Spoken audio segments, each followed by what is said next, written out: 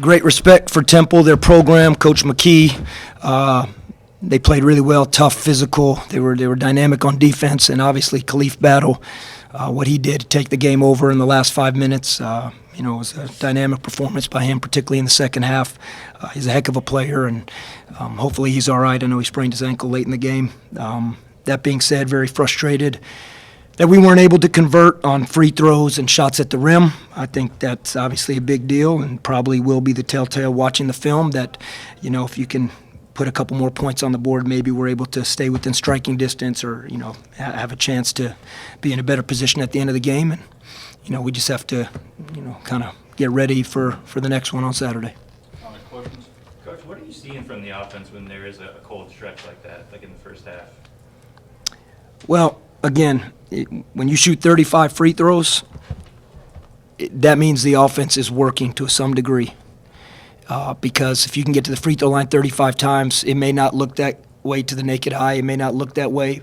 But if you're on the free throw line like that, that's as good as anything because you really have a chance to capitalize with no defense, and you're putting fouls and you're getting the bonus and doing things.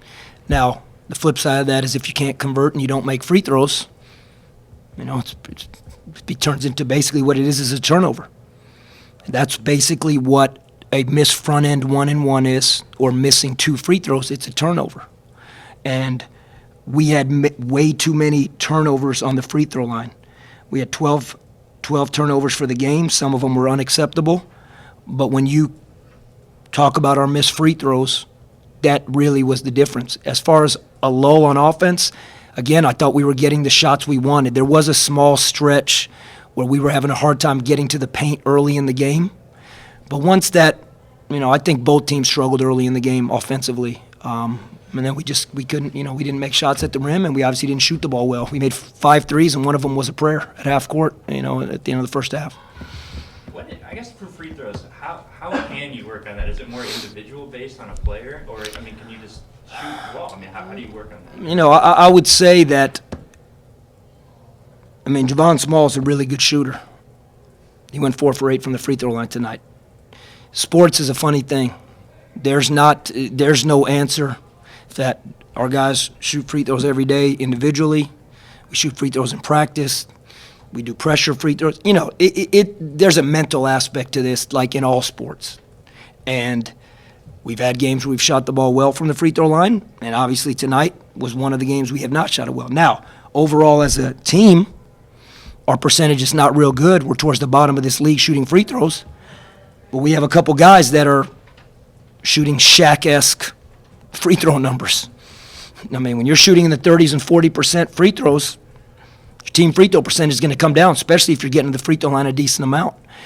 But you just continue to work on it, and you don't make it bigger than it is, but you continue to work on it, and no different than probably a baseball player would stay in the batting cage and keep hitting if he was in a slump. I think players get on the free throw line and find time to shoot extra free throws, and you keep shooting them in practice, and you hope it gets better. I know most of the guys down the stretch have been the same every game, but there's been a few changes. Is that based off how well they've played throughout the game as to who does and doesn't get in down the stretch, or is that just... No, I think like you said, I think the rotation has been pretty consistent down the stretch. I think you have lineups where defensively you want to, based on what the game is calling for. Is it a defensive lineup? Is it a lineup that we need to get a stop with? Is it a rebounding lineup based on if we're down or we have the lead? Then you have a lineup if we have the lead and we know they're going to be pressing. So you see Caleb in those a lot of time as a ball handler, an extra ball handler. And then you have a lineup where maybe they are small and you need to size down. And now maybe instead of Brandon and Ezra being in the game together, only one of them are in the game because you've put a guard at that 4 spot so that you can size down and basically switch 1 through 5. So I think every game is going to call for a little bit of a different scenario.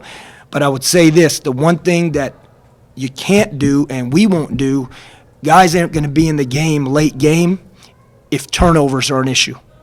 So if guys aren't in the game late game, and they normally are, it's usually because they're turning the ball over at too high of a rate or they're not defending. One of those two things.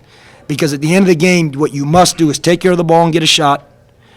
You must be able to execute defensively. Doesn't mean you're going to get a stop every time, but you must be able to execute and you must be able to rebound. And there was a huge play late in the game where we gave up an offensive rebound on a free throw. And that was a big play. Are you seeing any improvement from the defense? I guess back-to-back games now holding teams under 60. I mean, you kind of seen some. Well, I think it's three games because South Carolina, High Point, and this game, and I think all three teams are in the 30% field goal range or below. I think we may have been in the 20s in the High Point game in terms of field goal percentage defense. So I've said I think we're building defensively. I think we're getting better defensively. By no means do I feel like we're where we want to be, but you have to be able to turn those into effective offense. You know, nobody's trying to win 2-0 here or shutout. That doesn't happen. Anything else? Thanks, Coach. Okay, thank you guys.